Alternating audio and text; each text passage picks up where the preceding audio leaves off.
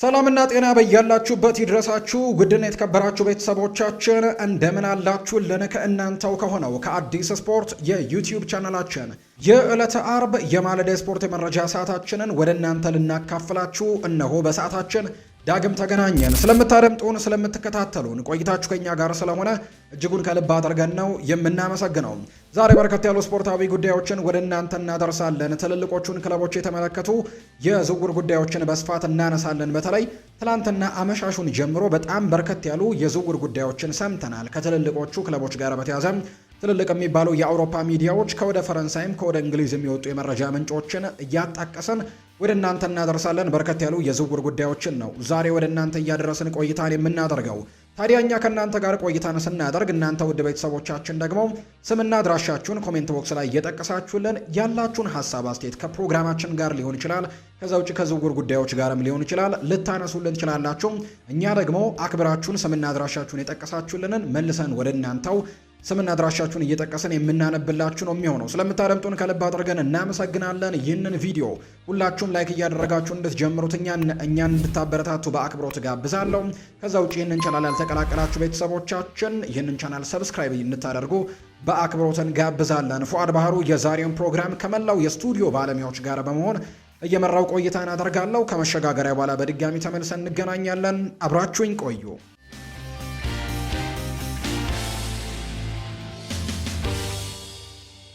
የሀገር ውስጥ መረጃን በማስቀደም ነው የዛሬ ፕሮግራማችንን ውድ ቤተሰቦቻችን የምንጀምረው።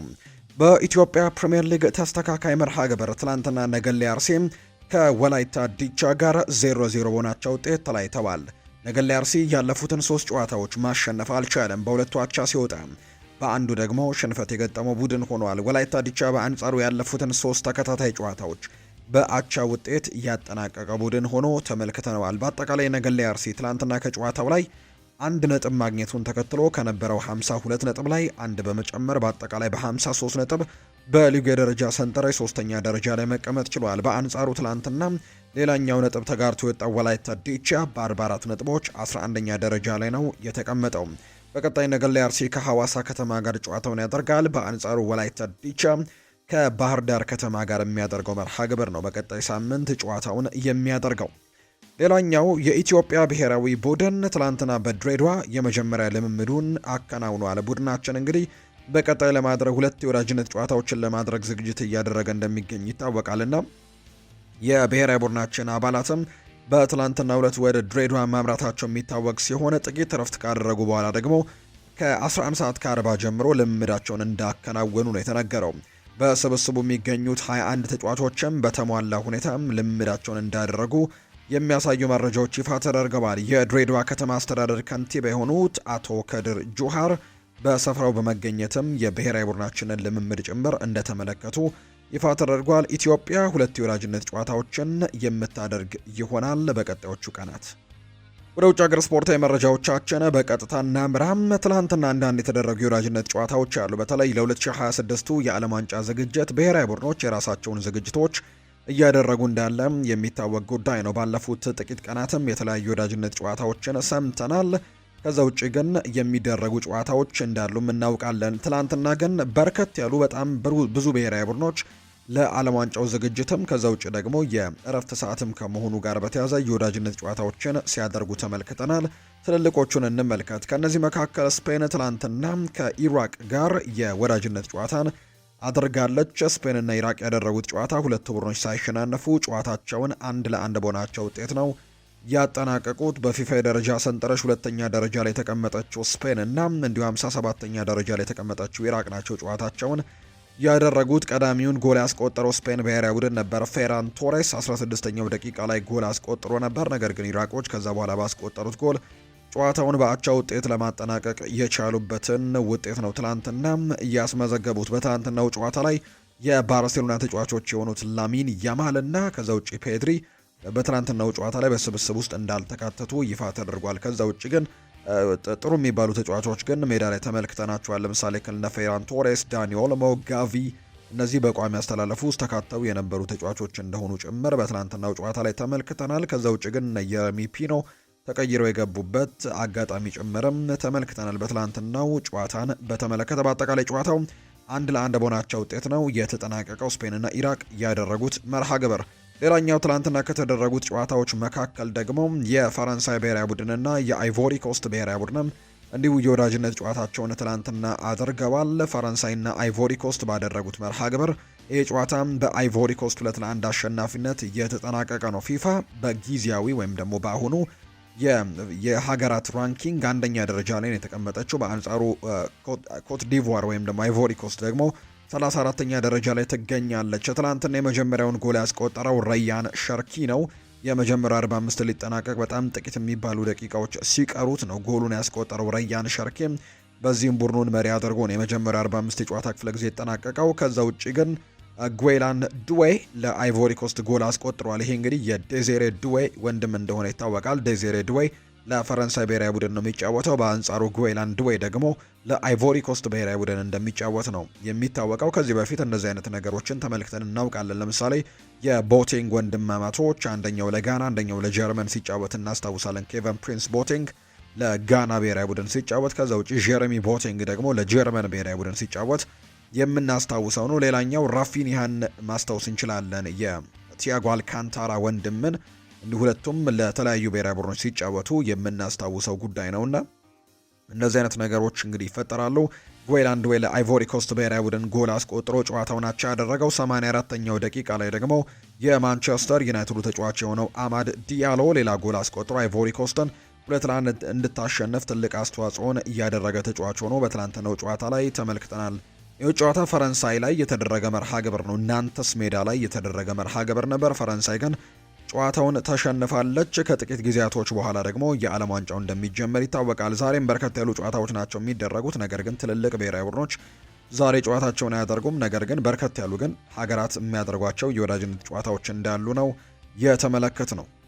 ውድ ቤተሰቦቻችን ከዚሁ ከዓለም ዋንጫ ጉዳዮች ጋር በተያያዘ ግን አንድ ጉዳይን እናንሳላቸው። እንግዲህ ትናንትና ጆዋኪም ክሌመንት የሚባል አንድ ግለሰብ የተናገረው ነገር በርካቶችን እያስገረመ ይገኛል። ጆዋኪም ክሌመንት ከ2014 ጀምሮ ያለፉትን 3 የዓለም ዋንጫዎች እንግዲህ ሲገምት የነበረም ዝነኛ ኢኮኖሚስት እንደሆነ በርካቶች ያነሳሉ። ጆዋኪም ክሌመንት የተባለው ሰው እንግዲህ ባለፉት 3 የዓለም ዋንጫዎች ላይ የ2014ቱን፣ የ2018ቱን እና የ2022ቱን ግምቱን አስቀምጦ 3ቱንም በትክክል ያገኘ ሰው እንደሆነ ይነገራል።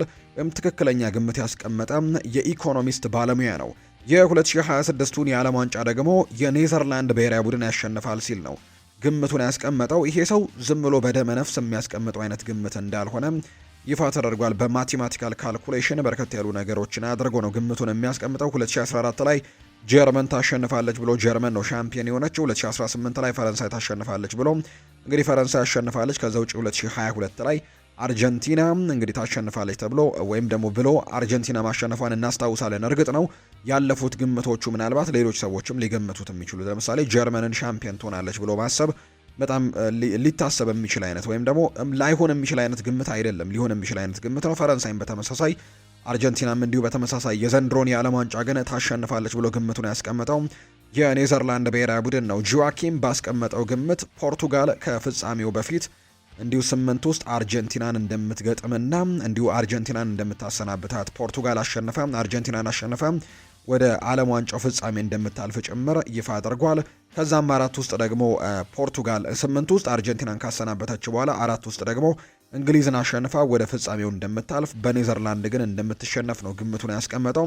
በተጨማሪም ጃፓን ከ16ቱ ጥሎ ማለፍ ውስጥ ብራዚልን እንደምታባረርም ጭምር ግምቱን ያስቀምጧል። እንግዲህ ይሄኛው ለመረጃ ያክል ነው እንጂ ያን ያክል ትልቅ ጉዳይ ይሆናል ተብሎ ግን የሚጠበቅ ነገር አይደለም። ክለቦችን የተመለከቱ ስፖርታዊ ጉዳዮችን እናንሳ። የሊቨርፑል ጉዳዮችን በማስቀደምን ጀምር። ሊቨርፑል አዲስ አሰልጣኝ መሾሙን ትላንትና ይፋ አድርጓል። ያው ቀደም ብሎ የተነገረ ነገር ቀደም ብሎ የተረጋገጠ ጉዳይ ቢሆንም ነገር ግን ይፋዊ አልተደረገም ነበር። የአሰልጣኝ አንዶኒ ኢራኡላ ሹመት ትላንትና በሊቨርፑል አዲስ አሰልጣኝ ሹመቱ ይፋ ተደርጎ ተጠናቋል። የመርሲሳይዱ ክለብ ሊቨርፑል አሰልጣኝ አንዶኒ ኢራኦላን በኃላፊነት መሾሙን ነው ትላንትና በይፋ ያረጋገጠው። የ43 ዓመቱ አሰልጣኝ አንዶኒ ኢራኦላ አርኔ ስሎትን በመተካት በይፋ ሊቨርፑልን ለመምራት ተረክበዋል። አሰልጣኝ አንዶኒ ኢራኦላ ከሹመታቸው በኋላ እጅግ በጣም ደስተኞች እንደሆኑ ጭምር ወይም ደስተኛ እንደሆነ ጭምር ተናግሮ ተመልክተነዋል። ምክንያቱም ሊቨርፑል ከዓለማችን ምርጥ ክለቦች አንደኛው ነው ሲል ይናገራል። ከእናንተ መካከል አንዱ መሆን ፈልጋለሁ ሲልም ነው አንዶኒ ኢራኦላ የተናገረው። ባለፉት ዓመታት በቦርንመዝ ቤት በሰራው ድንቅ ስራ በርካታ ክለቦች ሲፈልጉት እንደነበር እናስታውሳለን። ለምሳሌ ያክል ማይክል ካሪክን ከመቅጠራቸው በፊት ማንቸስተር ዩናይትድ ሲመለከቱት እንደነበር የምናስታውሰው ነው። ከዛ ውጭ ደግሞ ቸልሲም ቢሆን ቻቪ አሎንሶን ከማምጣቱ በፊት ካነጋገራቸው አሰልጣኞች መካከል አንደኛው ነበር። ሊቨርፑል ግን አሰልጣኝ አርነ ስሎትን ማሰናበቱን ተከትሎ ባለፉት የውድድር ዓመታት በቦርንመዝ ቤት ድንቅ ተፎካካሪ ቡድንን መገንባት የቻለውን አሰልጣኝ አንዶኒ ኢራኦላን በቋሚ አሰልጣኝነት ሾመውታል። ኢራኦላ በዚህ የውድድር ዓመት ቦርንመዝን ወደ ዩሮፓ ሊግ ውድድር አስገብተውታል። ለአውሮፓ ቻምፒየንስ ሊግም ለማለፍ በጣም ቅርብ እንደነበሩ ጭምር ተመልክተናል። ከዛ ውጭ ግን በዚህ የውድድር ዓመት 18 ጨዋታዎችን ያክል ሳይሸነፍ የተጓዘ ቡድንንም የገነባው ይኸው ስፔናዊው ታክቲሽያን እንደሆነ ይታወቃልና እስከዛሬ ድረስ በወገብ አካባቢ በሚገኙ ቡድኖች ላይ ጥሩ ነገሮችን ሲያደርግ ተመልክተነዋል። አሁን ደግሞ ምናልባት እንግዲህ ምን አይነት ቡድን ያሳየናል በትልቁ ሊቨርፑል የሚለው ጉዳይ በቀጣይ የውድድር ዓመት በርካቶች በጉጉት የሚጠብቁት ሆኗል። በሊቨርፑል ከሚፈለጉት ተጫዋቾች መካከል አንደኛው የቀድሞ አሁንም የቦርንመዝ ተጫዋች ነው። ነገር ግን ከአንዶኒ ኢራኦላ ጋር በጋራ መስራት የቻለው አሌክስ ስኮት አንድ ሀሳቡን ሰጥቷል። አንዶኒ ኢራኦላ የሊቨርፑል አሰልጣኝ መሆናቸው ከተረጋገጠ በኋላ ኢራኦላ ሊቨርፑልን ወደ ነበረበት የመመለስ ትልቅ አቅም አለው ሲል ነው አሌክስ ስኮት የሚናገረው። የቦርንመዝ ተጫዋች የሆነው አሌክስ ስኮት አሰልጣኝ አንዶኒ ኢራኦላ በሊቨርፑል ይሳካላቸዋል የሚል እምነት እንዳለው ነው የተናገረው። ሊቨርፑል ከቦርንመዝ የበለጠ ክለብ ነው ያለው አሌክስ ስኮት፣ ነገር ግን ኢራኦላ እዛ ስኬታማ የማይሆንበት ምንም ምክንያት የለም ሲልም ይናገራል። አክሎም እሱ ከየርገን ክሎፕ ጋር በብዙ ነገር ይመሳሰላል ያለ ሲሆን የሊቨርፑል ደጋፊዎችም ደስተኛ ይሆኑበታል ሲል ነው የገለጸው። አንዶኒ ኢራኦላ ሊቨርፑልን ወደ ነበረበት ደረጃ የመመለስ አቅም አለው ሲል ነው አሌክስ ስኮት የተናገረው። በሚቀጥሉት የዝውውር ቀናት ስሙን በተለይ ከሊቨርፑል ጋር በተደጋጋሚ ልንሰማቸው ከምንችላቸው ተጫዋቾች መካከል አንደኛው ነው አሌክስ ስኮት። ምክንያቱም የቀድሞ አሰልጣኙ አንዶኒ ኢራኦላውን በሊቨርፑል ቤት ይገኛል። ትልልቅ ክለቦች ደግሞ ይህንን ተጫዋች ለማስፈረም እየሞከሩ ነው እና በቀጣይ መስማታችን የማይቀር ይሆናል ተብሎ ነው የሚታሰበው። ሊቨርፑሎች እንግዲህ ከዛ በኋላ አንዶኒ ኢራኦላን አሰልጣኙን በይፋ ካረጋገጡ በኋላ አሁን ደግሞ ወደ ተጫዋቾች ዝውውር በትልቁ ትኩረት የሚያደርጉበት ጊዜ እንደሚሆን ይጠበቃል። ባለፉት የዝውውር ቀናት የተለያዩ ስሞችን ሰምተናል ከሊቨርፑል ጋር። በተለይ ደግሞ የያን ዲያማንድ ጉዳይ በተደጋጋሚ ሲነሳ የነበረው ጉዳይ ነው። ሊቨርፑል ተጫዋቹን ለማስፈረም ይፋዊ ንግግሮችን አድርገዋል። የመርሲሳይዱ ክለብ ሊቨርፑል የአረቤ ለብዚሹን የክንፍ መስመር ተሰላፊ የሆነውን ያን ዲያማንድን ለማስፈረም ክለቡን በይፋ ማነጋገሩ ነው የተገለጸው። ሊያብዚሽ በበኩሉ ተጫዋቹ አይሸጥም የሚል አቋም እንዳላቸውና ማቆየት እንደሚፈልጉ ነው የተነገረው። ሊቨርፑል ከተጫዋቹ በኩል ችግር ይገጥማቸዋል ተብሎ እንደማይጠበቅ ነው ይፋ የተደረገው። በሌላ በኩል ፓሪስ ሳን ዠርሜን ተጫዋቹን እንደሚፈልግ ግልጽ ነገር ሲሆን ወይም ደግሞ ሲገለጽ፣ ነገር ግን የሊቨርፑልን ያክል አለመንቀሳቀሳቸው ነው መረጃዎች እየወጡ የሚገኙት። ሊቨርፑል ለ19 ዓመቱ ተጫዋች ያን ዲያማንድ ዝውውርም 130 ሚሊዮን ዩሮ አካባቢ እንደሚፈልግ ነው ዘ አትሌቲክ የተባለው የመረጃ ምንጭ ይፋ ያደረገው። ሊቨርፑሎች ይህንን ያክል ክፍያ ለዚህ ታዳጊ ተጫዋች ያወጣሉ ወይ? በጣም ከባድ ጥያቄ ቢሆንም ነገር ግን እንደሚፈልጉት ነው የሚነገረው። ሌላኛው ከሊቨርፑል ጋር የሚነሳው ጉዳይ የቨርጂል ቫን ዳይክን ጉዳይ እናንሳ። በአርነ ስሎት ዜና ተገርም ያለው ለሊቨርፑል ላደረገው ነገር ሁሉ አመስጋኝ ነኝ። ሊቨርፑል ነገሮችን እንደሚያስተካክል ተስፋ እናደርጋለን፣ ምክንያቱም ያሳለፍነው የውድድር ዘመን ከማንኛውም ስታንዳርድ በታች ነበር ሲል ነው ቨርጂል ቫን ዳይክ ሀሳቡን የተናገረው።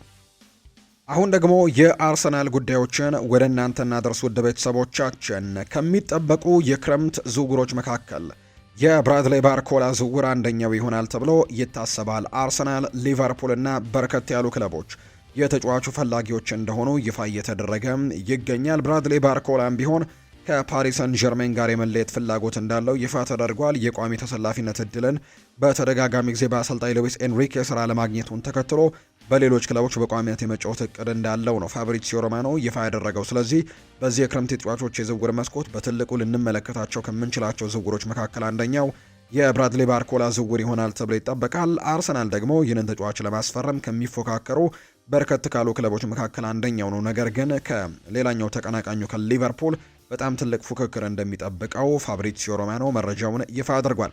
አርሰናል የመጀመሪያውን ዝውውር ለማድረግ እጅጉን እንደተቃረበ የሚያሳዩ መረጃዎች እየወጡ ነው። እርግጥ ነው በርከት ያሉ የአርሰናል ደጋፊዎች የተጫዋች ታዳጊ ከመሆኑ ጋር በተያያዘ ብዙም ትኩረት የሰጡት ጉዳይ አይደለም። ነገር ግን ወደፊት በጣም ትልቅ ተስፋ አላቸው ተብሎ ከሚታሰቡ ተጫዋቾች መካከል አንደኛው ነው አርሰናል ለማስፈረም እጅግ በጣም ቅርብ እንደሆነ እየተነገረ የሚገኘው። የተጫዋች ጀረሚ ሞንጋ ይባላል።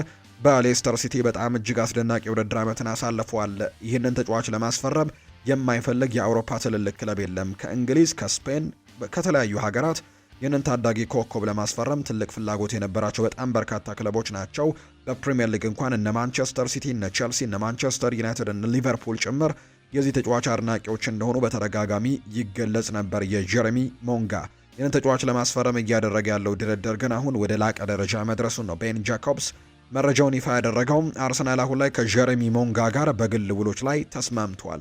ስምምነቱን ለመዝጋትም እየሰሩ ሲሆን ከክለቡ የሚለቅበት ዘዴን በተመለከተ አሁንም መስራት ይጠበቅበታል ተብሎ ይታሰባል። እንደ መረጃዎች ከሆነ ግን አንድሪያ ቤርታ ከእንግሊዛዊው ታዳጊ ተጫዋች ጋር ተገናኝቶ በክለብ ውስጥም ከማክስ ዶመን ጋር ተመሳሳይ የሆነ መንገድ እንዳለ ነግሮታል። ጀረሚ ሞንጋ ሲቲና እንዲሁ ሌቨርኩዘንን ጨምሮ በጣም ከብዙ ትልልቅ እንግዲህ ክለቦችም ጥያቄዎች ቢቀርቡለትም የእሱ ምርጫ ግን አርሰናልን መቀላቀል መሆኑን ይፋ አድርጓል። በርካታ የእንግሊዝና የአውሮፓ ክለቦች ጀረሚ ሞንጋን ጠይቀውት ነበር። እሱ ግን አርሰናልን መምረጡን ነው ቤን ጃኮብስ መረጃውን ይፋ እያደረገ የሚገኘው። እንዳልኳችሁ ታዳጊ ተጫዋች ነው፣ ገና 16 ዓመቱ ነው።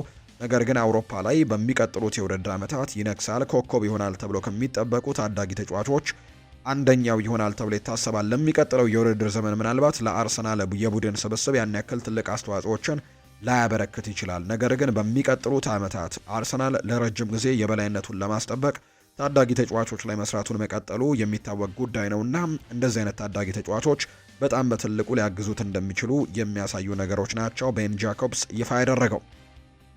ሌላኛው ፋብሪዚዮ ሮማኖ ካነሳቸው ነጥቦች መካከል አርሰናል በሳንድሮ ቶናሊ ላይ ያላቸው ፍላጎት የተረጋገጠና እውነተኛ ነው ሲል ይናገራል። ፋብሪዚዮ ሮማኖ አርሰናል በቶናሊ ላይ የተረጋገጠ ፍላጎት አለው።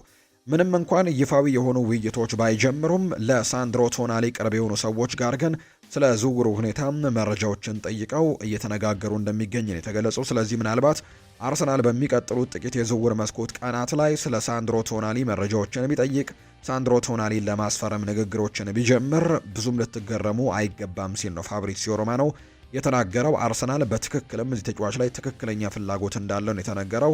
ባለፈው የጥር ተጫዋቾች የዝውውር መስኮትም አርሰናል ከዚህ ተጫዋች ጋር ለመጀመሪያ ጊዜ የተገናኘው ቡድን እንደነበር እናስታውሳለን። በተለይ የሚካኤል ሜሪኖ መጎዳትን ተከትሎ ሳንድሮ ቶናሊን ለማስፈረም ይፋዊ ጥያቄዎችን ያቀረበ ቡድን እንደነበር የምናስታውሰው ነው። ነገር ግን የዝውውር መስኮቱ በጣም አጭር ስለነበር የጥር የዝውውር መስኮት ሳይሳካ ቀርቶ ነበር። በዚህ የክረምት ተጫዋቾች የዝውውር መስኮት ግን አርሰናልን ጨምሮ በጣም በርከት ያሉ ክለቦች ይህንን ተጫዋች ስለማስፈረም እቅድ ይዘው የክረምቱን የዝውውር እንቅስቃሴም በትልቁ እያደረጉ እንደሚገኝ የሚያሳዩ መረጃዎች በተደጋጋሚ እየወጡ ነው። ማንቸስተር ዩናይትድን ደግሞ የተመለከቱ መረጃዎችን የምናነሳበት ሰዓት ላይ እንገኛለን። ዌስትሃም ዩናይትድ ተጫዋቹ ላይ ገንዘብ እንደለጠፉበት ይፋ ተደርጓል። በማንቸስተር ዩናይትድ በጥብቅ እየተፈለገ የሚገኘው ማቲዮስ ፈርናንዴስ ላይ ነው ዌስትሃም ዩናይትድ ለተጫዋቹ የሚፈልጉትን የዋጋ ተመን ይፋ እንዳደረጉ የተገለጸው። በተለይ ወደ ሻምፒዮንሺፕ የወረደው ዌስትሃም ዩናይትድ በዚህ ሰዓት ገንዘቦችን ለመሰብሰብ በትልልቅ ተጫዋቾቹ ላይ ተማምኗል ተብሏል። እነዚህን ተጫዋቾች በመሸጥ ከፍተኛ ገንዘቦችን ለማግኘት ነው ጥረት እያደረገ እንደሚገኝ የተገለጸው። በዚህ ሰዓት ደግሞ በትልቁ ስሙ የሚነሳው ተጫዋች ማቲዮስ ፈርናንዴስ እንደሆነ ይፋ ተደርጓልና እሱ ላይ ነው እንግዲህ ዌስትሃም ዩናይትዶች የዋጋ ተመንን ትላንትና ይፋ ያደረጉት። ዌስትሃም ዩናይትድ ተጫዋቹን የሚፈልግ ማንኛውም ክለብ ይህንን ተጫዋች ለማስፈረም በሚመጣበት ሰዓት 80 ሚሊዮን ፓውንድ ይዞ እንደሚመጣ ወይም ደግሞ ይዞ እንዲመጣ ነው ጥያቄ እንዳቀረቡ እየተነገረው። ማንቸስተር ዩናይትዶች የተጫዋቹ ትልቁ ፈላጊ እንደሆነ የሚታወቅ ጉዳይ ነው። ማንቸስተር ዩናይትዶች ከክለቡ ጋርና ተጫዋቹ ጋር በዝውውር ሂሳብና በጥቅማ ጥቅም ዙሪያ ትልቅ ንግግርን ማድረጋቸው ከተጫዋቹም ደግሞ ጥሩ ነገሮችን ማግኘታቸው የሚያሳዩ ነገሮች እየወጡ ይገኛሉ። ከዛ ውጭ ግን አንዳንድ ክለቦችም ተጫዋቹን ለማስፈረም ጥረቶችን እያደረጉ እንዳለ የሚያሳዩ መረጃዎች አሉ። ለምሳሌ ያክል የፈረንሳዩ ክለብ ፓሪስ ሳን ዠርሜን ይህንን ተጫዋች ለማስፈረም ጥረቶችን ሊያደርግ የሚችል አይነት ክለብ እንደሆነ እየተነገረ ነው። እንደ ምክንያትነት የሚነሳው በተለይ የትላንትና ፍሎሬንቲኖ ፔሬዝ አንድ ጋዜጣዊ መግለጫን ሰጥተው ነበር። በተለይ ከዝውውር ጉዳይ ጋር በተያዘ በተለይ ከምርጫው ቅስቀሳ ጋር በተያዘ አሁንም በጣም በርከት ያሉ ጉዳዮች ከሪያል ማድሪድ ጋር እየቀጠሉ ነው የሚገኘውና በዛ ምርጫ ቅስቀሳቸው ወቅት 150 ሚሊዮን ዩሮ የሚያወጣ ተጫዋች ለማስፈረም በሚቀጥሉት ቀናት ይፋዊ ጥያቄ እናቀርባለን ሲሉ ተናግረው ነበር ፍሎሬንቲኖ ፔሬዝ እና በዚህ ምክንያት በርካቶች የገመቷቸው የፓሪስ ሳን ዠርሜን የአማካይ ስፍራ ሁለት ተጫዋቾችን ነው ቪታኒያን አሊያም ደግሞ ጃኦ ኔቬስ ሊሆን ይችላሉ የሚል ግምቶችን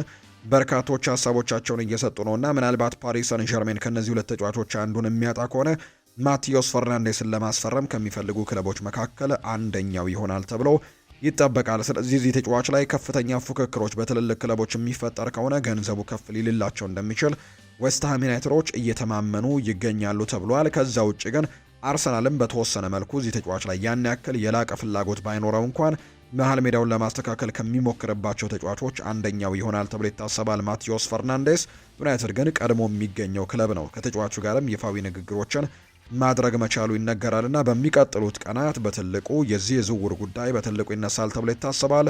ይሁን እንጂ የትኛውም ክለብ እስካሁን ግን ይፋዊ የዝውውር ጥያቄ ለክለቡ እንዳላቀረበ ነው ዘ አትሌቲክ የተባለው የመረጃ ምንጭ ይፋ ያደረገው።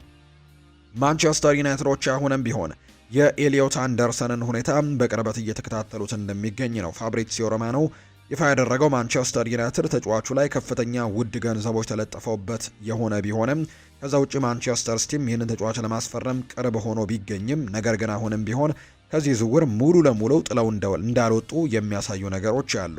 ኖቲንግሃም ፎረስት የማንቸስተር ሲቲን ጥያቄ ውድቅ ያደረጉት ከ100 ሚሊዮን ፓውንድ በላይ ስለሚፈልጉ ነው ብለዋል ፋብሪዚዮ ሮማኖ። 85 ሚሊዮን ፓውንድ አካባቢ አቅርበዋል ማንቸስተር ሲቲዎች። ያ ጥያቄያቸውን ውድቅ የተደረገው እስከ 100 ሚሊዮን ፓውንድና ከዛ በላይ ነው የሚፈልጉት ይሄኛው ክለብ ወይም ደግሞ ማንቸስተር ሲቲ ለማስፈረም ጥያቄ ያቀረበለት ኖቲንግሃም ፎረስት እና ዩናይትዶች ግን እስካሁን ድረስ በኤሊዮት አንደርሰን ጉዳይ ላይ መቀዛቀዞችን ቢያሳዩ ሙሉ ለሙሉ ግን ጥለው እንዳልወጡ ከዝውውሩ ፋብሪዚዮ ሮማኖ ትላንትና በነበረው በዩቲዩብ ቻናሉ ላይ በነበረው ፕሮግራም ላይ ይፋ አድርጓል። ሌላኛው ለኔ ይሄ ነው የምለው ተወዳጅ ቦታ የለኝም ብሏል ኤደርሰን ነው ይህንን ሀሳብ የሰጠው። ወደ ማንቸስተር ዩናይትድ መቀላቀሉ እየተረጋገጠ የሚገኘው ኤደርሰን የተለያዩ ጉዳዮችን ያነሳበትን ሀሳብ ሲናገር በተለያዩ የሜዳ ክፍሎች ላይ ቦታዎች ላይ መጫወት እችላለሁ ሲል ይናገራል። በጣሊያን የነበረኝ ቆይታ ሁለገብ ተጫዋች እንደሆነ አስተምሮኛል። እውነቱን ለመናገር ለኔ ይሄ ነው የምለው ተወዳጅ ቦታ የለኝም። ለኔ ዋናው ነገር የምጫወትበት ቦታ አይደለም፣ በነጻነትም ይሁን በጠበቀ ስርዓት ውስጥ መጫወትን እወዳለሁ። ራሴን ከአሰልጣኙ ፍላጎትና ከጨዋታው ሂደት ጋር ማላመድ እችላለሁ። እንዲሁም ደግሞ ከኔ ምን እንደሚጠበቅም ሁልጊዜ ይገባኛል። በማጥቃትም ሰዓት መቀላቀል እንዲሁ ደግሞ ቶሎ ወደ መከላከል መመለስም እንዲሁ እወዳለሁ። በእርግጥም ሁሉም ደግሞ ግብ ማስቆጠር ይፈልጋል። ነገር ግን ቡድኑ ያለ ኳስ መጫወትና በመከላከል ረገድ በዲሲፕሊን መስራት ምን ያክል አስፈላጊ እንደሆነ በሚገባ እረዳለሁና እኔ ቡድኑ በሚፈልገኝ ቦታ ሁሉ ለመጫወት ዝግጁ ነኝ። ይሄኛው ቦታ ነው ትክክለኛ ቦታ ብዬ የምወስነው ቦታ የለኝም ሲልም ነው ወደ ማንቸስተር ዩናይትድ እንደሚቀላቀል የተረጋገጠው ኤደርሰን የሰጠው ሀሳብ እንደሆነ ነው የተነገረው። ኦማር ቤራድ አሁን ላይ ክለቡ ስላለበት የፋይናንስ ሁኔታ እየተናገረ ነው። ብዙ ከባድ ውሳኔዎችን ለማስተላለፍ የወሰንባቸው ጊዜያቶች ነበሩ፣ ነገር ግን አሁን እነዛ አስቸጋሪ ጊዜያት አልፈዋል ሲል ይናገራል ኦማር ቤራድ። ትላንትና በተለይ ከማንቸስተር ዩናይትድ ጋር በተያያዘ በጣም ሰፋ ያሉ ጉዳዮችን ነው ኦማር ቤራድ ያነሳው። ብዙ ከባድ ውሳኔዎችን ለማስተላለፍ የወሰንባቸው ጊዜያቶች ነበሩ፣ ነገር ግን እነዛን ሁሉ አልፈናቸዋል። ክለቡ ወደሚገባው ክብርና ከፍታ ለመመለስ እንዲሁም ደግሞ ኢንቨስት ለማድረግም አሁን ላይ በጥሩ አቋም ላይ እንገኛለን ብሏል ኦማር ቤራድ እንዲሁ ሲናገር። ኦማር ቤራድ ስለ ክረምቱ የዝውውር ዝግጅትም እንዲሁ ይናገራል። ባለፈው ክረምት ያደረግነው አይነት አካሄድም በብዙ የምንደግመው ይሆናል። አምና የተሰሩት ስራዎች ለእኛ ጥሩ መሸጋገሪያ ሆነውልናል ብዬ አስባለሁ። አሁንም ቢሆን ልምድ ባላቸውና ወጣት ተጫዋቾች ክለቡን መገንባት ነው ፍላጎታችን። በሊጉ ራሳቸውን በደንብ ካስመሰከሩ እንዲሁም በሌላ ሊግም ጥሩ እየተንቀሳቀሱ ባሉ ተጫዋቾች የተቀናጀ ጥምረትም እንዲኖረን እንፈልጋለን ሲልም ነው ኦማር ቤራድ የሚናገረው። ስለ ቀጣይ ዓመት እቅድም ሲናገር የማንቸስተር ዩናይትድ ስኬት የሚለካው በዋንጫ ብቻ ነው። በሚቀጥለው የውድድር ዓመት በሁሉም ውድድሮች ተፎካካሪ መሆን አለብን ብሏል ኦማር ቤራድ። ትክክለኛው አሰልጣኝ እንዳለን እናስባለን፣ እንዲሁም ትክክለኛ ተጫዋቾች ያሉን ለቻምፒየንስ ሊግ ለመፎካከር እንዲሁም የፕሪሚየር ሊግ ዋንጫንም ለማሸነፍ በትልቁ እንሰራለን ብሏል። ሲናገር የካሪክ የመጀመሪያ ሁለት ጨዋታዎች የሲቲና የአርሰናል ጨዋታዎች በሲቲ ጨዋታ የተጫወትነው ጨዋታ እጅግ አስደናቂ ነበር። እንዲሁም የአርሰናሉ ጨዋታ ላይ የኩኛ ጎል ሲቆጠር በጣም ደስተኛ ሆኜ ነበር ሲል ነው ቤራድ የተናገረው። ከራትክሊፍ ጋር ስላለው ግንኙነት ሲናገር በጣም ጥሩ ግንኙነት ነው ያለን። ምን እየተሰራ እንደሆነ ለማወቅ ይፈልጋል፣ አስፈላጊ ጥያቄዎችን ይጠይቃል፣ እንዲሁም ማኔጅመንቱንም በሚገባ ይደግፋል ብሏል ኦማር ቤራድ።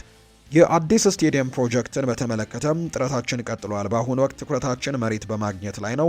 ያ ከተጠናቀቀ በኋላና ምን እንደምንፈልግ ግልጽ የሆነ ሀሳብ ሲኖረን የስቴዲየሙን ዲዛይን የመጨረሻ ቅርጽም እናስይዛለን። ይህም ደግሞ ስለ ወጪው ደግሞ ጥሩ መረጃዎች ይሰጠናል። ከዚያም ደግሞ ሁሉንም የገንዘብ ማሰባሰቢያዎችን አማራጮችን መመርመር እንጀምራለን ብሏል ኦማር ቤራድ። ከካሪክ ጋር ስላለው ግንኙነትም እንዲሁ የተለያዩ ጉዳዮችን አንስቷል። በጣም ጥሩ ግንኙነት ነው ያለን። ስለሱ የሰማሁት ጥሩ ነገሮችን ሰምቼ ነበር እና ትክክል ሆኖ ያገኘሁት የሰማኋቸው ነገሮች ናቸው።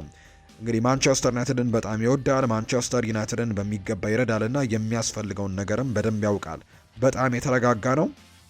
እርግጠኛ የምሆነው ነገር በጣም ጥሩ ስራ በክለባችን በዚህ 2 ዓመት ውስጥ ከዛም በላይ ለሆነ ጊዜ እንደሚያስመለክተን ነው ሲል ኦማር ቤራድ ይናገራል። ብሩኖ ፈርናንዴስ አስደናቂ ካፕቴናችን ነው ብሏል ቤራድ። ያለምንም ጥርጥር በማንቸስተር እንዲቆይ እንፈልጋለን። በሜዳ ላይ እጅግ በጣም ጥሩ የውድድር ዘመንን አሳልፏል። ከሁሉም በላይ ደግሞ ታላቅ መሪ መሆኑን ለሁሉም ያስመሰከረ ይመስለኛል። ሰዎች እሱ ከሜዳ ውጪ የሚያደርጉትን በጎ ነገርም ሁሉ አያዩም። በእውነትም ትልቅ እውቅና ሊሰጠው የሚገባ አይነት ተጫዋች ነው ብሏል ኦማር ቤራድ። ሩበን አሞሪምን መቅጠር ስህተት ነበር ብለህ ታስባለህ የሚል ጥያቄም ቀርቦለት ነበር ኦማር ቤራድ እና በዚህ ጉዳይ ላይም ሀሳቡን ሰጥቷል። ስህተትም ትክክልም አድርጌ አልመለከተውም። መጨረሻ ላይ እኛ በጠበቅነው መንገድ እንዳልተሳካ ሁሉም ሰው የተመለከተውና ግልጽ ነገር ነው። ስለዚህም አሁን ላይ ቆም ብለን ወደኋላ በመመልከት ብቻ ትክክለኛ ቅጥር አልነበረም ብለን ልናስብ እንችላለን። ነገር ግን እኔ እንደማስበው ሩበን አሞሪም ለሰራቸው ነገሮች ትልቅ ምስጋና የሚገባው አሰልጣኝ ነው። ባለፈው ዓመት በጣም አስቸጋሪ የውድድር ዘመንን አሳልፈዋል። በአስቸጋሪ ሁኔታዎች ውስጥም አልፏል። ሆኖም ግን በተጫዋቾች መልበሻ ውስጥ ደግሞ የነበረውን የአሸናፊነት ደረጃ ወይም ስነ ምግባርን ከፍ ለማድረግ ረድቷል። ስለዚህም ለዚህ ትልቅ ምስጋና ይገባዋል ብዬ አስባለሁ። ወደፊት ስኬታማ አሰልጣኝ እንደሚሆን ተስፋ አደርጋለሁ። መልካሙን ሁሉም እመኝለታለሁ። እኛ ለውጥ ማድረግ እንዳለብን ነበር የተሰማን። በመጨረሻም ከማይክል ካሪክ ጋር ነገሩ ተሳክቶልናል ሲል የተናገረው ቤራድ ስለ ፕሮጀክት 115 ሲናገርም እንዲሁ ማንቸስተር ዩናይትድ በ2028 150 ዓመት ይሞሏል። ይሄ ደግሞ በጣም ትልቅ ነገር ነው ለማንቸስተር ዩናይትድ ብቻ ሳይሆን ለየትኛውም እግር ኳስ ላይ በጣም ስኬት ነው። ታዲያ እኛ ለማድረግ ያቀድነው ይሄ አጋጣሚን እንደ አንድ ነጥብ አይተን እቅዳችንን ግልጽ ማድረግ። እቅዳችን ከ2018 በፊት ማንቸስተር ዩናይትድ 21ኛውን የፕሪሚየር ሊግ ዋንጫ እንዲያሸንፍ ማድረግ ነው ትልቁ እቅዳችን። አሁን ደግሞ ጥሩ እድገት እያሳየን ነው ሲልም ጭምር ተናግሯል። ስለ ማንቸስተር ዩናይትድ ኮሜርሻልም ሲናገር ማንቸስተር ዩናይትድ ሁልጊዜም በዚህ ነገር ቀዳሚው ነው። አስታውሳለሁ 2004 ባርሴሎና እያለሁኝ ማንቸስተር ዩናይትድ የሚያደርጉትን ነገር ነበር የምንኮርጀው። አሁንም ቢሆን በኮሜርሻል ነገሮች ማንቸስተር ዩናይትድ ቀዳሚ መሆን አለበት። ቴክኖሎጂዎችን መጠቀም አለብን፣ እንዲሁም የተለያዩ ነገሮችንም በደንብ መጠቀም አለብን ሲል ይናገራል።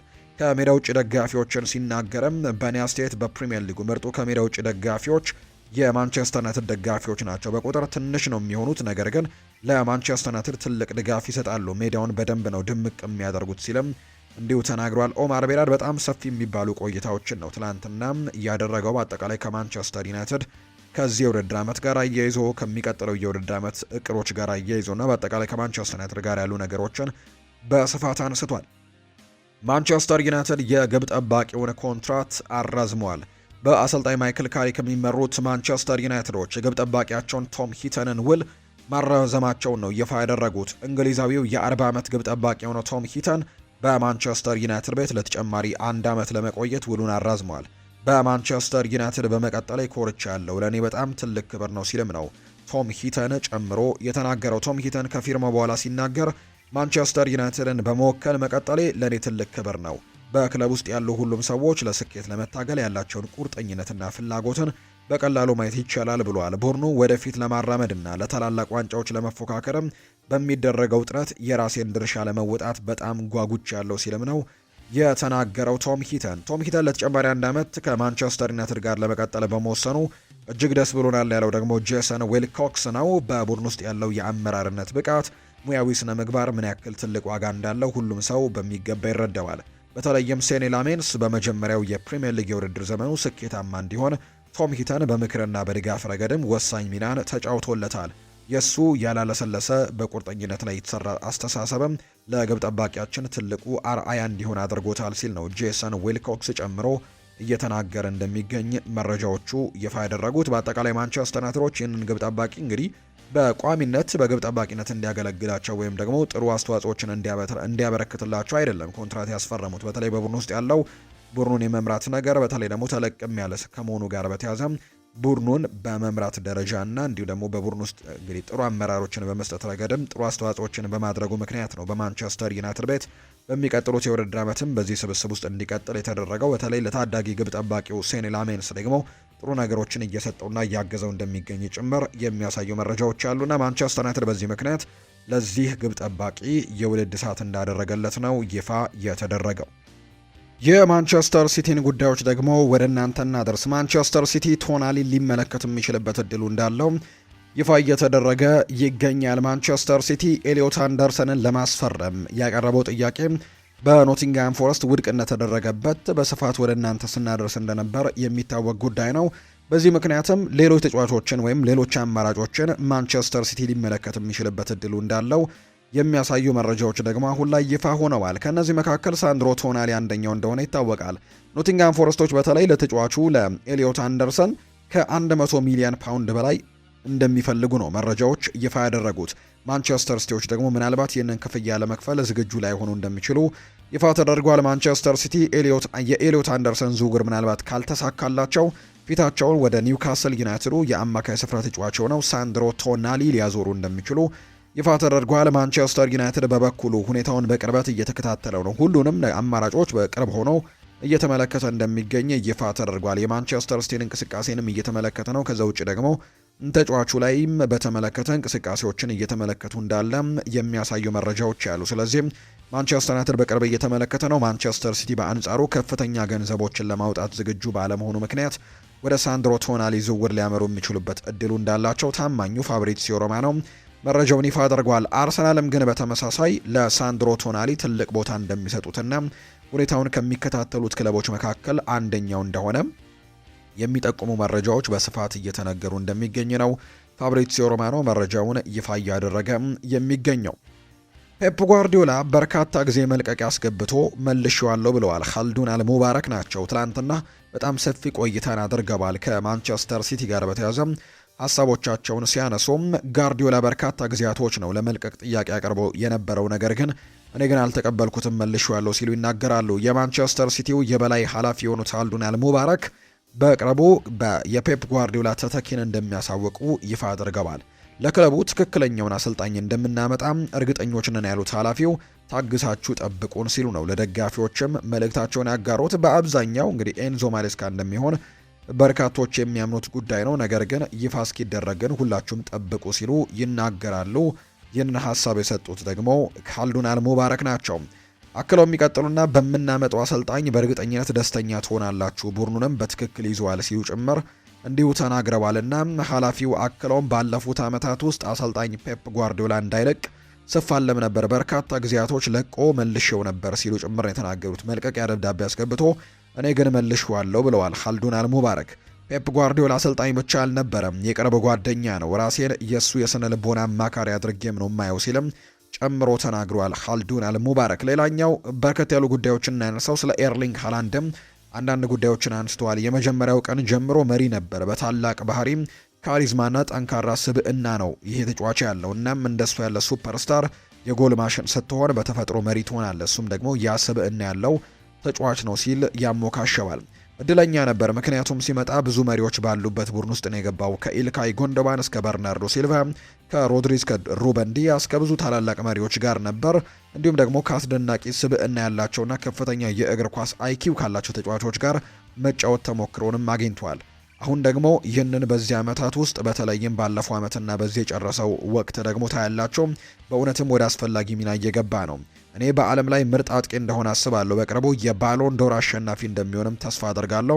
የአሸናፊው አስተሳሰብ ያለው የዚህ ቡድንና እንዲሁ ክለብም መንፈስ ያለው ሰው ነው ብዬ አስባለሁ። ይህ ወጣት አሸናፊ ነው ሲል ነው ኤርሊንግ ብራውት ሃላንድን የገለጸው ኻልዱን አልሙባረክ። ሌላኛው ራያን ሸርኪ እጅግ ልዩ ተጫዋች ሊሆን የሚችል ታላቅ ችሎታ እንዳለው ከፍተኛ እምነት ነበረን። እንዲሁም ደግሞ እሱ ገና ወጣት መሆኑን አስታውሱ። ነገር ግን ይህ ቡድን ሲያድግ ግን እና ደግሞ ዛሬ ከረያን በላይ ባለው ቡድኑ ሲመለከቱት ከላይ እስከታች ያለው ጠንካራ ተሰጥኦ ታያላችሁ። ከኤርሊንግ ሃላንድ እስከ ሮድሪ፣ አንቷን ሴሜኒዮ፣ ጀረሚ ዶኩ እጅግ አስደናቂ የሆነ የዚህ ወቅትም ብቃት ያላቸው ተጫዋቾች አሉን። አብዲካዱር ኩሶኖቭ በጣም ድንቅ ነው። ኒኮ ኦርዌይሊ፣ ጂያንሉጂ ዶናሩማ በጣም ምርጥ ናቸው። በእያንዳንዱ ቦታ እጅግ በጣም ብቁ የሆኑ ወጣት ተጫዋቾች ያሉን፣ እናም ከሮድሪ እንደ ምሳሌ ያለ የተሞክሮ ተጫዋችም ጥምረት ጋር በእውነት ጠንካራ ቡድን አለን ሲል ነው ሀልዱን አልሙባረክ የተናገረውና በሚቀጥሉት ጊዜያቶችም ይህንን ቡድን አጠናክረን እንቀጥላለን። ለዚህ ቡድን የሚሆንም በጣም ድንቅ አሰልጣኝንም ጭምር እናመጣለን። በቀጣይ የውድድር ዓመትም ማንቸስተር ሲቲ በበላይነቱ ይቀጥላል። እስካሁን ድረስም የበላይነታችንን ገና አላስቀጠልም። ከዚህ በላይ ከፍ ማለትም የምንችልባቸው የውድድር ዓመታቶች እንደሚመጡ በጣም እርግጠኛ ነኝ ሲል ነው የማንቸስተር ሲቲው የበላይ ኃላፊ የተናገረው። የቼልሲን ጉዳዮችን እንገራቸው። አንዳንድ የእግር ኳስ ተንታኞች ቼልሲ በነፃ የዝውውር መስኮት ወይም ፍሪ ትራንስፈር ልምድ ያላቸውን ከፍተኛ ተጫዋቾች ማስፈረም እንዳለበት ነው እየጠቆሙ የሚገኙት። ለምሳሌ ያክል ሮበርት ሌቫንዶስኪና በርናርዶ ሲልቫን እንደ በስም ደግሞ አንስተው እንደ ምሳሌነት ጠቅሰዋል። በተለይ በርናርዶ ሲልቫ ለወጣቱ የቼልሲ ስብስብ ትልቅ ተጽዕኖ ሊፈጥር እንደሚችል ነው በርካታ ተንታኞች እየገመቱ የሚገኙት። ነገር ግን ከማንቸስተር ሲቲ ወጥቶ ለሌላኛው ተቀናቃኝ ቡድን ቼልሲ ይፈርማል ወይ? በጣም በትልቁ ጥያቄ የሚያስነሳ ነገር ቢሆንም ነገር ግን እሱን ማግኘት ለዚህ ለወጣት ስብስብ በጣም ብዙ ልምዶችን ማካፈል የሚችል አይነት ተጫዋች አድርገው ይመለከቱታል። ከዛ ውጪ ጆርዳን ሄንደርሰን በብሬንትፈርድ ያደረገውን ተጽዕኖ መመልከት ይቻላል ይላሉ በርካቶች። በርናርዶ ሲልቫ ተመሳሳይ ሚናን በቼልሲ ቤት መጫወት እንደሚችል ነው በርካቶች ግምቶቻቸውን የሚሰጡት። እንዲሁም ደግሞ ቼልሲ 2 ወይም 3 ልምድ ያላቸው ተጫዋቾችን በአጭር ጊዜ ውልም በማስፈረም ወጣቶችን እንዲመሩ ማድረግም እንደሚጠቅም እየተጠቀሰ እንደሚገኝ ነው ዘገባዎች እየወጣም የሚገኘውና እንግዲህ ቼልሲ በእንደዚህ አይነት ነገሮች ላይ ትኩረቱን ቢያደርግ የበለጠ ተጠቃሚ መሆን ይችላል የሚሉ ግምቶችን ተንታኞች ሀሳቦቻቸውን እየሰጡ ይገኛሉ። ስለዚህ ቼልሲዎች በወጣቶች ላይ ብቻ ትኩረት ከማድረግ ይልቅ ደግሞ ጥሩ አስተዋጽኦችን ማበርከት የሚችሉ እንደዚህ አይነት ተጫዋቾች ላይ ወይም ደግሞ ልምድ ያላቸው ተጫዋቾች ላይ እንቅስቃሴዎችን ማድረግ እንደሚጠበቅበት ነው ይፋ ያደረገው። ትላንትና አንድ መረጃን ሰምተን ነበር። ቶተንሃም ሆትስፐርስ አንድ ተከላካይን ለማስፈረም ይፋዊ ጥያቄ አቅርቦ ውድቅ እንደተደረገበት እናስታውሳለን። ይህንን ተጫዋች ቼልሲም በትልቁ እንደሚፈልገው እየተነገረ ነው። የብራይተኑ ተከላካይ ዣን ፖል ቫን ሄክ እንደሆነ ይታወቃል። እንግዲህ ቶተንሃሞች ለዚህ ተጫዋች ያቀረቡት የመጀመሪያ ዝውውር ጥያቄ ውድቅ ተደርጎባቸዋል። በ70 ሚሊዮን ፓውንድ የተገመተው ኔዘርላንዳዊው ተከላካይ በከፍተኛ እይታ ውስጥ ይገኛል። ቸልሲና ሊቨርፑልም ሁኔታውን በቅርበት እየተከታተሉት መሆናቸው መረጃዎች ያሳያሉ። ተጫዋቹ በፕሪሚየር ሊጉ ካሳየው ብቃት በኋላ የብዙ ትልልቅ ክለቦችን ትኩረት ስቧል። ስለዚህ ቶተንሃም ምናልባት እዚህ ዝውውር ላይ ቀድሞ ጥያቄን ቢያቀርብም ሊቨርፑልና ቸልሲ ግን ለዣን ፖል ቫን ሄክ እነሱም ጥያቄ ያቀርባሉ፣ እንቅስቃሴዎችን ያደርጋሉ ተብሎ እንደሚጠበቅ ነው የመረጃ ምንጮቹ ይፋ እያደረጉ የሚገኙት። የባርሰሎናን ጉዳዮች እንመልከት። የዩቬንቱሱ ተከላካይ የሆነው አንድሪያ ካምቢያሶ በዚህ ክረምት ባርሴሎና ከያዛቸው 3 የግራ መስመር ተከላካይ ምርጫዎች ውስጥ አንደኛው እንደሆነ ፋብሪዚዮ ሮማኖ ይፋ አድርጎታል። አንድሪያ ካምቢያሶ በተለያዩ ክለቦች የሚፈለግ አይነት ተጫዋች ነው። ፔፕ ጓርዲዮላ ከማንቸስተር ሲቲ ከመልቀቁ በፊት በማንቸስተር ሲቲ ቤት ባለፈው የክረምት ተጫዋቾች የዝውውር መስኮት ለማምጣት ሙከራ ካደረገባቸው ተጫዋቾች መካከል አንደኛው ነው። ይሄ ጣሊያናዊ የዩቬንቱስ የተከላካይ ተጫዋች የሆነው አንድሪያ ካምቢያሶ ነገር ግን ሳይሳካለት መቅረቱ እናስታውሳለን። ሌሎች ክለቦችም እዚህ ተጫዋች ላይ ፍላጎት አላቸው ይባላል። አምና ቻቪ አሎንዞ የሪያል ማድሪድ አሰልጣኝ በነበረበት ወቅት አንድሪያ ካምቢያሶን ለማስፈረም ጥረቶችን ካደረጉ ቡድኖች መካከል አንደኛው ነበር። እንዲሁ አሁንም ወደ ቼልሲ ከተቀላቀለ በኋላ ምናልባት አንዳንድ ሰዎች የቻቪ አሎንዞ ፍላጎት ይህንን ተጫዋች የማምጣት እቅዱን አሁንም ሊያስቀጥል ይችላል የሚሉ ግምቶች ሲወጡ ተመልክተናል። ነገር ግን ባርሴሎና አንድሪያ ካምቢያሶን ለማስፈረም ትልቅ ጥረትን እያደረገ እንደሚገኝ ነው ፋብሪዚዮ የዘገበው። ከዛ ውጪ ለጣሊያን መረጃዎች ደግሞ በጣም ቅርብ የሚባለውና በጣሊያን ታማኝ የሚባለው የመረጃ ምንጭ ዲ ማርሲዮም እንዲሁ አረጋግጦታል። ባርሴሎና የዩቬንቱሱን የግራ መስመር ተከላካይ አንድሪያ ካምቢያሶን ለማስፈረም የመጀመሪያ ጥያቄዎችን አቅርቧል የሚል መረጃ ነው ዲ ማርሲዮ መረጃውን ይፋ እንዳደረገ የተገለጸው። ሴስ ፋብሪጋስ ሃንስ ፍሊክ ከ2028 በኋላ ካልቀጠለና የሚለቅ ከሆነ ተተኪ ለመሆን ከወዲሁ እጩ የተደረገው አሰልጣኝ እንደሆነ ይፋ ተደርጓል። ከዮሃን ላፖርት ከዴኮና ከአቼቫሪያ ጋርም በጣም ጥሩ የሚባል ግንኙነት አለው።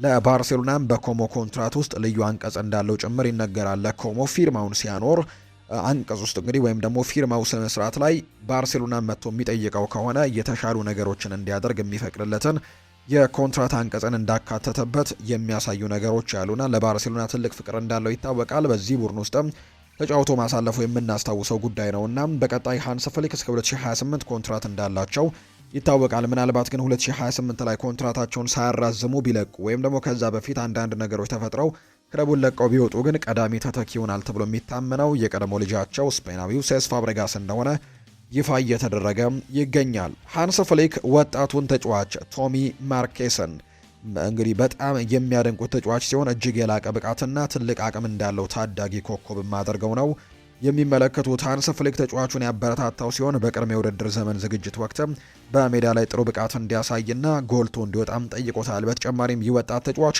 በጀርመናዊው አሰልጣኝ በሚቀጥለው የውድድር ዘመን እቅድ ውስጥም የሚካተት ይሆናል ተብሎ እንደሚታሰብ በሃንስ ፍሊክ በሚቀጥለው የውድድር ዓመት እቅድ ውስጥ እንደሚካተት ነው ዘገባዎች የጠቆሙት። አንድሪያስ ክሪስተንሰን ስለ ወደፊት ቆይታውና ስለ ጉዳቱ አንዳንድ ጉዳዮችን አንስቷል።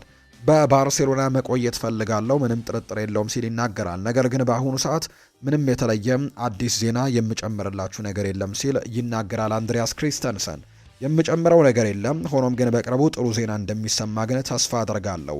እኔ ምን እንደምፈልግና ምን እንደማሰብ ሁሉም ሰው ጠንቅቆ ያውቃል። ስለዚህም ሁሉም ነገር በቅርቡ እንደሚስማማ ተስፋ አደርጋለሁ ሲልም ጭምር የተናገረው። ያለፉት 6 ወራት ለእኔ በጣም ረጅምና ፈታኞች ነበሩ። አሁን ግን በጥሩ ሁኔታ ላይ ይገኛለሁ።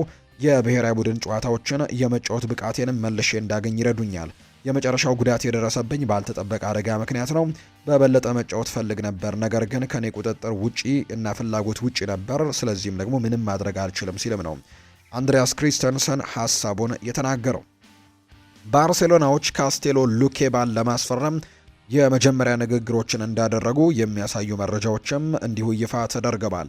በአሁኑ ሰዓት ተጫዋቹን ለማስፈረም ከፍተኛ ፍላጎት እያሳየ የሚገኘው ክለብ ባርሴሎና መሆኑን የመረጃ ምንጮቹ እየጠቆሙ ነው የሚገኙት። ስለዚህም ባርሴሎና ካስቴሎ ሉኬባን ለማስፈረም ከሚንቀሳቀሱ ክለቦች መካከል በግንባር ቀደምትነት ተቀምጧል። ለአሊሃንድሮ ባልዴ ቅርብ የሆኑ የመረጃ ምንጮች እንደሚናገሩት ከሆነ ተጫዋቹ በአሁኑ ሰዓት ከባርሴሎና የመልቀቅ ምንም አይነት ሀሳብ በጭራሽ የለውም። እሱ ለክለቡ ውስጥም መቆየት እንደሚፈልግ ነው እየተነገረ የሚገኘው። ከክለቡ አመራሮች በኩልም በእቅድ ውስጥ የለህም የሚል ግልጽ መልእክት እስካልተነገረው ድረስ በባርሴሎና የመውጣት ፍላጎት የለውም። በባርሴሎና መቆየትን ምርጫውን ያደርጋል። እንግዲህ በውሰት ጃኦ ካንሴሎን ማምጣታቸው ይታወሳል። በቋሚነት ይቀጥላል ወይ? እስካሁን የተረጋገጠ ነገር ባይኖረውም፣ ነገር ግን አሊሃንድሮ ባልዴ ምናልባት እየተጫዋች ጃኦ ካንሴሎ በዛ ቦታ ላይ የሚቀጥል ከሆነ ትልቅ ፉክክር ሊጠብቀው እንደሚችል ነው የሚታመነው።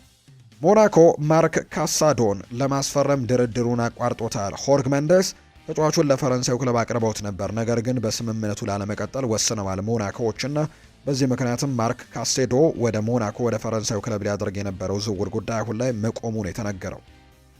የሪያል ማድሪድን ጉዳዮች የምናነሳበት ሰዓት ላይ እንገኛለን። ማክሰኞ አንድ ተጫዋች ለመግዛት 150 ሚሊዮን ዩሮ አቀርባለሁ ብለዋል ፍሎሬንቲኖ ፔሬስ። የሪያል ማድሪድ ፕሬዝዳንታዊ ምርጫ ፉክክር አሁንም ተጧጡፎ እንደቀጠለ ነው። የፊታችን እሁድ ምርጫው ይደረጋል ተብሎ ይታሰባልና በዛ ምርጫ ላይ ግን በጣም ትልቅ ፉክክሮች ይደረጋሉ ተብሎ ይታሰባል። ምክንያቱም በሁለቱም በኩል የተለያዩ ነገሮች በጣም ትልልቅ ቃል መግባቶች እየተደረጉ ይገኛሉ። ፍሎሬንቲኖ ፔሬስ ትላንትና 150 ሚሊዮን ዩሮ የሚያወጣ አንድ ተጫዋችን ለማስፈረም ጥያቄ ያቀርባለሁ ብለዋል። የሪያል ማድሪዱ ፕሬዝዳንት ፍሎሬንቲኖ ፔሬስ በቀጣይ ትልቅ ኮከብን ለማስፈረም ማቀዳቸውን ነው ይፋ ያደረጉት። ፕሬዝዳንቱ ለመግዛት ያሰቡት ተጫዋች የአውሮፓ ቻምፒየንስ ሊግ በሚሳተፍ ክለብ ውስጥ የሚጫወት ፍንጭ እንደሆነም ሰጥተዋል። ማክሰኞ ቻምፒየንስ ሊግ ለሚሳተፍ ክለብ ተጫዋች ጥያቄ ያቀርባሉ ያሉት ፍሎሬንቲኖ ፔሬስ የተጫዋቹን ማንነት ግን እንዳልጠቀሱ ነው የተነገረው። ስለ ተጫዋቹ የዝውውር ሂሳብ ሲያስረዱም ከ150 ሚሊዮን ዩሮ በታችም አይሆኑም ሲሉም ጭምር ነው እንዲህ የተናገሩት። እንግዲህ ይህንን መናገራቸውን ተከትሎ የአውሮፓ ቻምፒየንስ ሊግ ተሳታፊ ቡድን ውስጥ እንግዲህ የሚጫወት ተጫዋች መሆኑን ተከትሎ ምናልባት የኤንዞ ፈርናንዴስ ስም እንዳልሆነ በርካቶች ግምቶቻቸውን እያስቀመጡ ነው። ምክንያቱም ቼልሲ በሚቀጥለው የውድድር ዓመት የአውሮፓ ቻምፒየንስ ሊግ ተሳታፊ ቡድን ውስጥ አይገኝምና በዚህ መሰረትም የኤንዞ ፈርናንዴስ ስም ላይሆን እንደሚችል ነገር ግን በጣም ትልልቅ ግምቶች ግን እየሰጡ ይገኛሉ። ከዛ ውጪ ኤንዞ ፈርናንዴዝ ላለመሆኑ የሰጡት ሌላኛው ምስክርነት ደግሞ የፕሪሚየር ሊግ ተጫዋች አይደለም የሚል አይነት ሀሳብን ይፋ አድርገዋል። ስለዚህ የፕሪሚየር ሊግ ተጫዋች አይደለም ካሉ ደግሞ በኤንዞ ፈርናንዴዝ የመሆን እድሉ በጣም ጠባብ ያደርገዋል ተብሎ ይታሰባል። ትልቅ ችሎታ ያለው ጋላክቲኮ ነው ብለውታል ይህንን ተጫዋች። ስለዚህም ደግሞ የፕሪሚየር ሊግ ተጫዋች አይደለም፣ ወጣት አማካይም ነው ሲሉ ጭምር እንዲሁ ተናግረዋል። ለተጫዋቹ 150 ሚሊዮን ዩሮ እንዲሁ እንደሚያቀርቡም ተናግረዋል። በስም የጠቀሷቸውም ተጫዋቾች ያሉ ማይክል ኦሊሴም አይደለም፣ ሃሪኬንም አይደለም፣ ጄሬሚ ዶኩም አይደለም፣ ሃላንድም አይደለም ሲሉ ጭምር ነው የተናገሩት። ለሪያል ማድሪድ መጫወት የማይፈልግ አንድም ምርጥ ተጫዋች የለም ብለዋል ፍሎሬንቲኖ ፔሬስ። ስለዚህ ለዚህ ተጫዋች ጥያቄ እናቀርባለን፣ የማይቀበልበት ምንም ምክንያት የለም ሲሉ ጭምር የተናገሩት። በርካቶች ግምቶቻቸውን እየሰጡ ነው። የባየር ሚኒኩን ጀማል ሙሲያላን ግምት ውስጥ አስገብተዋል። ከዛ ውጪ ሁለቱን የፓሪስ ሰን ዠርሜን ተጫዋቾች ጃኦ ኔቬስን እና ቪታኒያንም ከነዚህ መካከልም ሊሆኑ ይችላሉ የሚሉ ግምቶችን የሰጡ ሰዎችም እንዳሉ ጭምር እየተነገረ ነው። በጣም በርካቶች ግምቶቻቸውን እያስቀመጡ ይገኛሉ። በአብዛኛው ግን ወደ ፓሪስ ሰን ዠርሜኖቹ ተጫዋቾች ያደላ፣ በተለይ ወደ ጃኦ ኔቬስ ከዛ ደግሞ ወደ ቪታኒያ ያደላ ሊሆን እንደሚችል የሚያሳዩ ነገሮች ናቸው የወጡት። የፖርቱጋሉ ክለብ ቤኔፊካ አሰልጣኝ ዦዜ ሞሪኒዮ ሪያል ማድሪድን እንደሚቀላቀሉ በይፋ አስታውቋል። ይህ የሚሆነው ግን ፕሬዝዳንት ፍሎሬንቲኖ ፔሬዝ የሪያል ማድሪድ ፕሬዝዳንት ሆነው ከተመረጡ ነው ብሏል ቤኔፊካ በመግለጫው። ፔሬዝ ምርጫውን ካሸነፉ ለቤኔፊካ የውል ማፍረሻ 15 ሚሊዮን ዩሮ እንደሚልኩ ክለቡ ይፋ አድርጓል። ፕሬዝዳንት ፍሎሬንቲኖ ፔሬዝ የዦዜ ሞሪኒዮን ሹመት ማረጋገጣቸው የሚታወስ ጉዳይ ነው። ሪያል ማድሪድ ሪካርዶ ካላፊዮሪንም ማስፈረም ይፈልጋል ተብሏል። ሪያል ማድሪድ የአርሰናሉን የመስመር ተጫዋች የሆነው ሪካርዶ ካላፊዮሪን ለማስፈረም ከፍተኛ ፍላጎት እንዳላቸው ነው የተነገረው። በተጨማሪም ሄስኮ ግቫርዲዮልን እንደሚፈልጉም ግልጽ ነገር ሆኗል። ነገር ግን ዝውውሩ ቀላል እንደማይሆንላቸው ነው የሚያውቁት። አርሰናልና ማንቸስተር ሲቲ ተጫዋቾቻቸውን የመልቀቅ ፍላጎት እንደሌላቸው ነው የተነገረው። ማንቸስተር ሲቲዎች የሄስኮ ግቫርዲዮልን ኮንትራት ደሞዙን ጨምረው ለማራዘም እየሰሩ መሆኑ ይፋ ተደርጓል ብሏል ፋብሪዚዮ ሮማኖ ባወጣው መረጃ ላይ። እነዚህን ተጫዋቾች የማሳካት እድሉ ወይም የማምጣት እድሉ ግን በጣም ጠባብ ነው። ሪያል ማድሪድ በግራ እግሩ የሚጫወት እናም ደግሞ እንደ አስፈላጊነቱ በግራ መስመር ተከላካይነት ወይም በሌፍት ባክም ማገዝ የሚችል የመሀል ተከላካይን ማስፈረም ነው ፍላጎታቸው። እንዳልኳችሁ ሄስኮ ግቫርዲዮል እና ሪካርዶ ካላፊዮሪ ክለቡ እጅግ በጣም የሚፈልጋቸው ተጫዋቾች ናቸው። ሆኖም ግን ክለቦቻቸው እነዚህን ተጫዋች ለመልቀቅ ዝግጁ አይደሉም ብሏል ፋብሪዚዮ ሮማኖ ባጋራው መረጃ መሰረት። ሌላኛው ፍሎሬንቲኖ ፔሬዝ ለዦዜ ሞሪኒዮ አስገራሚና አስደናቂ ዝውውር እንደሚያደርግለት ቃል ገብቶለታል ወይም የሚፈልገውን ተጫዋች እንደሚያመጣለት ቃል ገብቶለታል። ፔሬዝ ለዦዜ ሞሪኒዮ ቪታኒያ ፍሎሬንቲኖ ፔሬዝ ፕሬዝዳንትነቱን ለማረጋገጥ የሚያደርገው አስገራሚና ድንቅ ዝውውር ሊሆን ይችላል ተብሏል። ተጫዋቹ በውል ውስጥም ያለው የውል ማፍረሻ ክፍያ 115 ሚሊዮን ዩሮ አካባቢ ሲሆን በውሉ ላይም 3 ዓመታት የፓሪስ የሚያቆይ ኮንትራት እንዳለው የሚታወቅ ጉዳይ ነው። ስለዚህም ይህንንም ተጫዋች ሊሞክሩለት እንደሚችሉ ጭምር ተናግረዋል። የተለያዩ ቃል የገቡለት ነገሮች ግን እንዳሉ ነው የተገለጸው።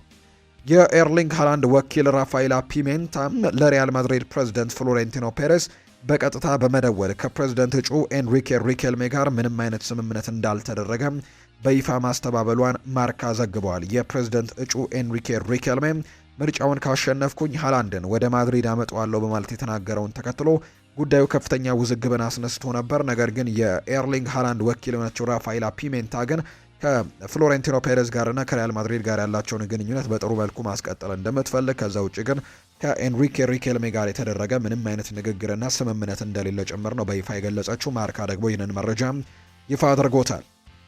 እያንዳንዱን ሀገር እናሸንፋለን ብሏል ረያን ሸርኪ ሲናገር። ፈረንሳዊው ተጫዋች ራያን ሸርኪ በዓለም ዋንጫው ቡድናቸው ለማንም እንደማይመለስ ነው የተናገረው። በዓለም ዋንጫ እያንዳንዱን ብሔራዊ ቡድን እናሸንፋለን ሲል ራያን ሸርኪ ተናግሯል። አክሎም ምርጥ የብሔራዊ ቡድን ጥምረት ይዘናል፣ እያንዳንዱን ጨዋታም እንደ መጨረሻ ጨዋታ እንመለከተዋለን ብለዋል። በማህበራዊ ሚዲያ ሲዘዋወር የነበረው የብሔራዊ ቡድን ተጫዋቾች ፎቶ እንግዲህ የተጠየቀው ሸርኪም ለክብር ያደረኩት ነገር ነው ብለዋል። ከሚኒስትሯ ጎን ነበርኩኝ ያለው ሸርኪም ብቆም ከእሷ በላይ እሆን ነበር ወይም ደግሞ እሷ ከኔ አንሳ ትታይ ነበር፣ ለዚህ ነው ማጎንበስ የፈለግኩት ሲልም ጭምር የተናገረው። ሰሞኑን እንግዲህ የፈረንሳይ ብሔራዊ ቡድን ተጫዋቾች ከሚኒስትሯ ጋር በነበራቸው የፎቶ ስነ ስርዓት ላይ እንግዲህ ከሱ ጀርባ ነበረች፣ ከራያን ሸርኪ ጀርባ ነበረች እና ከልሏት ነበር። ስለዚህም በዛ ምክንያት ዝቅ እንዳለ የሚያሳይ አይነት ፎቶ በተለያዩ ሶሻል ሚዲያዎች ላይ በይፋ እየተንሸራሸረ ይገኛልና ያንን በመመልከት ነው ሀሳቡን የሰጠው ራያን ሸርኪ። ትላንትና ፈረንሳይ በኮት ዲቫር 2-1 በሆነ ውጤት ተሸንፋለች። ነገር ግን በጨዋታው ላይ ራያን ሸርኪ ጎል ማስቆጠሩን ተመልክተናል። ከዛ ውጭ ከፈረንሳይ ብሔራዊ ቡድን ደጋፊዎችም በጣም ላቅ ያለ ሞቅ ያለ ጭብጨባንም ጭምር ተቀይሮ ሲወጣ አስመልክቷልና ለፈረንሳይ ብሔራዊ ቡድን ጥሩ ነገሮችን በዚህ ዓለም ዋንጫ ያደርጋሉ ተብሎ ከሚጠበቁ ተጫዋቾች መካከል አንደኛው ነው ራያን ሸርኪ። ሜምፊስ ዴፓይ ይናገራል። የኔዘርላንድ ብሔራዊ ቡድን የፊት መስመር ተጫዋች የሆነው ሜምፊስ ዴፓይ ቡድናቸው ጠንካራ መሆኑን ይናገራል። የዓለም ምርጥ ቡድን ማለት አይጠበቅብንም ያለው ዴፓይ ነገር ግን ያለንን ጥንካሬ ጠንቅቀን እናውቃለን ብሏል። አክሎም በትልልቅ ውድድሮች ላይ ስንካፈል በጥሩ ሁኔታ መፎካከር እንችላለን ሲል ነው የገለጸው። ኔዘርላንድ በዓለም ዋንጫው ከጃፓን፣ ከስዊድን እና ከቱኒዚያ ጋር በአንድ ምድብ መደልደሏ የምናስታውሰው ጉዳይ ነው። ተጠባቂው የ2026 የዓለም ዋንጫ ውድድር ቀጣዩ ሳምንት ጅማሬውን ያደርጋል። በውድድሩ ላይ ዋንጫውን ያነሳሉ የሚል ከፍተኛ ግምት ካላቸው ሀገራት መካከል አውሮፓዊቱ ሀገር ፖርቱጋል አንደኛዋ ናት። ሀገሪቱ ከምንጊዜውም ኮከቧ ክሪስቲያኖ ሮናልዶ በተጨማሪ በርካታ ድንቅ ተጫዋቾችን አካታ ነው ውድድሩን የምትካፈለው። በተለይ ቡድኑ ላይ ያሉት የአማካይ ስፍራ ተጫዋቾች በበርካቶች ሙገሳዎችን የሚያገኙ በጣም ጠንካራው የአማካይ ስፍራ ስብስብ እንደሆነ በርካቶች ይናገራሉ። የአውሮፓ ሻምፒዮኖቹ ቪታኒያና ጃኦ ኔቬስን ጨምሮ ከዛ ውጪም ሌላኛው ብሩኖ ፈርናንዴዝም በዚህ ስብስብ ውስጥ አለ። እነ በርናርዶ ሲልቫ፣ ሌሎችም በጣም ከዋክብት የሚባሉ ተጫዋቾች የአማካይ ስፍራው ይዟል። ስለዚህ በርካቶች ምርጡ የአማካይ ስፍራ የያዘ ብሔራዊ ቡድን ብለው እየጠቀሱት ይገኛሉ። በተለይ ከብሩኖ ደግሞ በጣም ብዙ ነገሮች ይጠበቃሉ ተብሎ ይታሰባል። ለብሔራዊ ቡድኑ ቅርብ የሆኑ የመረጃ ምንጮች እንደሚገልጹት ከሆነ ብዙዎች በቡድኑ ውስጥም ሚና ያላቸው አካላት በዚህ ውድድር ላይ የብሩኖን ሚና በጉልህ ይጠብቁታል ተብሎ ነው የሚታሰበው። ከአሰልጣኝ ሮቤርቶ ማርቲኔዝ ጀምሮ እስከ ስታፍ አባላት እንዲሁም ተጫዋቾችም ድረስ በውድድሩ ላይ የብሩኖ ሚና አይነተኛ ይሆናል የሚል ግምት እንዳለ ነው የተነገረው። ሰር አሌክሳንደር ቻፕማን ፈርጉሰን ለመጀመሪያ ጊዜም ታይተዋል። የማንቸስተር ዩናይትድ ታሪካዊ ሽሬው አሰልጣኝ ሰር አሌክሳንደር ቻፕማን ፈርጉሰን በቅርቡ ወደ ሆስፒታል ተወስደው እንደነበር የምናስታውሰው ጉዳይ ነው። ፈርጉሰን ህመም ያጋጠማቸው ማንቸስተር ዩናይትድ ከሊቨርፑል ጋር በነበረው ጨዋታ ወቅት ላይ እንደነበር እናስታውሰዋለን። ከዛን ወቅት በኋላ ከህዝብ እይታ ርቀው የቆዩት ሰር አሌክስ ፈርጉሰን ለመጀመሪያ ጊዜ ከአንድ ደጋፊ ጋር በፎቶ ታይተዋል። የ84 ዓመቱ አሰልጣኝ ሰር አሌክሳንደር ቻፕማን ፈርጉሰን ወደ ሆስፒታል የተወሰዱት ለቅድመ ጥንቃቄ እንደነበረ ይፋ ተደርጓል። አሁን ላይ ግን በሚዲያ ላይ በይፋ መታየታቸው ነው የተነገረው። የተወደዳችሁና የተከበራችሁ ቤተሰቦቻችን ለዛሬ ያዝንላችሁ አዳዲስ ስፖርታዊ ጉዳዮቻችን እነዚህን ይመስላሉ። ስላደመጣችሁን፣ ስለተከታተላችሁን፣ ቆይታችሁን ከኛ ጋርም ስላደረጋችሁ እጅጉን ከልብ አድርገን ነው የምናመሰግነው።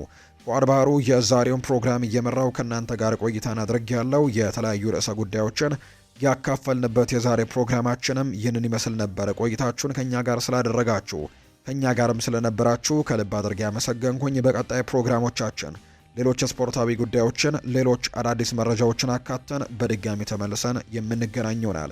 በቀጣይ ሌሎች ርዕሰ ጉዳዮችን ይዘን በድጋሚ እንገናኛለን። ለዛሬ ግን እዚህ ጋር እናብቃ። መልካም ጊዜ፣ መልካም ደግሞ ቀን እንዲሆንላችሁ ነው በአክብሮት የምመኘው።